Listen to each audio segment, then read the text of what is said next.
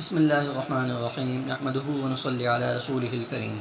حضرت ابو ہریرہ رضی اللہ تعالیٰ عنہ فرماتے ہیں کہ ایک مرتبہ ایک شخص نے حضرت ابو بکر صدیق رضی اللہ تعالیٰ عنہ کو گالیاں دیں۔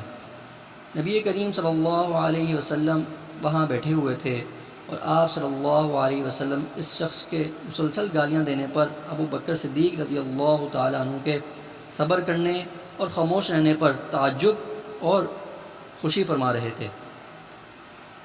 پھر جب اس آدمی نے بہت ہی زیادہ گالیاں دیں اور زبان کو روکا ہی نہیں تو ابو بکر صدیق رضی اللہ تعالیٰ عنہ نے بھی اس کی بعض باتوں کو اس پر الٹ دیا اور کچھ جواب دے دیا۔ بس نبی کریم صلی اللہ علیہ وسلم کچھ ناراضگی کے ساتھ وہاں سے اٹھ کر چلے گئے۔ حضرت ابو بکر صدیق رضی اللہ تعالیٰ عنہ کو اس سے بہت فکر لاحق ہوئی اور وہ بھی معذرت کے لیے نبی کریم صلی اللہ علیہ وسلم کی ناراضگی کا سبب معلوم کرنے کے لیے آپ صلی اللہ علیہ وسلم کے پیچھے چلے گئے۔ بس حضرت ابو بکر صدیق رضی اللہ تعالیٰ عنہ آپ صلی اللہ علیہ وسلم کے پاس پہنچے اور عرض کیا، اے اللہ کے نبی صلی اللہ علیہ وسلم، یہ کیا بات ہوئی کہ وہ شخص مجھے گالیاں دیتا رہا اور آپ وہاں تشریف فرما تھے؟ پھر جب میں نے کچھ جواب دیا تو آپ ناراض ہو کر اٹھ گئے۔ آپ صلی اللہ علیہ وسلم نے ارشاد فرمایا، تمہارے ساتھ اللہ کا ایک فرشتہ تھا جو تمہاری طرف سے جواب دے رہا تھا۔ پھر جب تم نے خود ہی جواب دیا تو فرشتہ تو چلا گیا اور شیطان بیچ میں آ گیا، کیونکہ اسے امید ہو گئی کہ وہ لڑائی کو اور آگے بڑھا سکے گا۔ اس کے بعد آپ صلی اللہ علیہ وسلم نے فرمایا، اے ابو بکر، 3 باتیں ہیں جو سب کی سب حق ہیں۔ پہلی بات یہ ہے کہ جس بندے پر کوئی ظلم و زیادتی کی جائے اور وہ محض اللہ کے لیے اس سے درگزر کرے اور انتقام نہ لے تو اللہ تعالیٰ اس کے بدلے میں اس کی بھرپور مدد فرمائیں گے، دنیا اور آخرت میں اس کو عزت دیں گے۔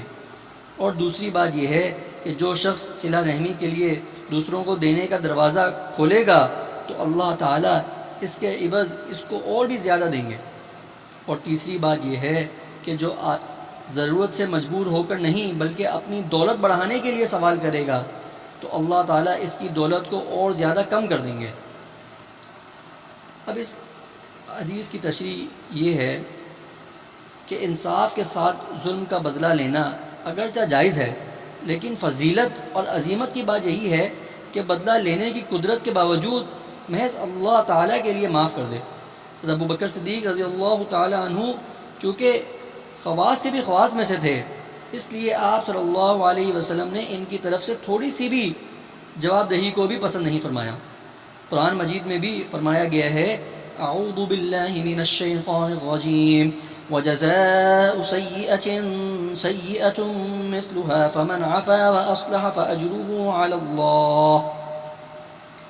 اور برائی کا بدلہ اسی کی مثل برائی ہے، یعنی جس درجے کی زیادتی کسی نے کی ہے اس کے بدلے میں اس کے ساتھ اسی درجے کی زیادتی کی قانوناً اجازت ہے۔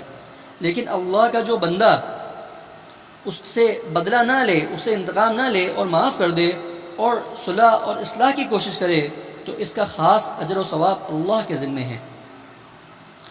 یہ حدیث سننے کے بعد اور اس کی تشریح سننے کے بعد اب ہم اپنے طرف دیکھیں، اپنے آپ کو دیکھیں کہ ہم میں سے بعض لوگ کتنی بلا وجہ کی بھی گالیاں دے رہے ہوتے ہیں۔ یعنی اگر بات بھی کر رہے ہوتے ہیں، کسی سے جھگڑا نہیں ہو رہا، صرف بات کر رہے ہیں آپس میں، تو اس کے اندر بھی کس طرح سے الفاظ کا چناؤ ہوتا ہے کہ ماں بہن کی گالیاں عام ہو گئی ہیں۔ یعنی اگر ہم کبھی کسی مجلس میں فیملی کے ساتھ بھی بیٹھے ہوں اور وہاں پہ کچھ لوگ آپس میں بات کر رہے ہوں تو وہ گالی گلوچ سے بات کر رہے ہوتے ہیں کہ فیملی کے ساتھ بیٹھنا بھی مشکل ہو جاتا ہے۔ اور یہاں پہ اس حدیث سے جو ہم نے سیکھا سمجھا وہ یہ کہ اس وقت تو جھگڑا ہو رہا تھا، تو اس میں حضرت ابو بکر صدیق رضی اللہ تعالیٰ عنہ جھگڑا نہیں کرنا چاہ رہے تھے، لیکن دوسرا آدمی جھگڑے پر مجبور کر رہا تھا اور گالیاں دے رہا تھا۔ اب ہم یہاں اپنے معاشرے میں دیکھیں تو یہاں پہ جھگڑا نہ بھی ہو تو گالیاں دی جا رہی ہوتی ہیں۔ تو اس وقت جب ہم گالیوں سے بات کر رہے ہوتے ہیں تو آپ خود ہی سے اندازہ لگا لیجیے تو کیا یہاں پہ ہمارے ساتھ فرشتے موجود ہوں گے؟ اس کا مطلب یہ ہوا کہ ہمارے ساتھ تو ہر وقت شیطان لگا ہوا ہے۔ ہمیں اس سے بچنے کی بھرپور کوشش کرنی چاہیے اور دوسروں کو بھی اس سے بچنے کی ترغیب دینی چاہیے کہ ہم بلا وجہ فضول میں ایک دوسرے سے بات کر رہے ہیں اور گالیوں میں بات کر رہے ہیں، یعنی ہماری لینگویج گالیاں ہو گئی ہیں۔ اللہ اکبر، کیسی کتنی غلط بات ہے کہ اس طرح کا معاشرہ ہمارا بنتا جا رہا ہے۔ اللہ پاک مجھے بھی اور آپ کو بھی، ہم سب کو بچنے کی توفیق عطا فرمائے۔ وآخر دعوانا ان الحمد للہ رب العالمین۔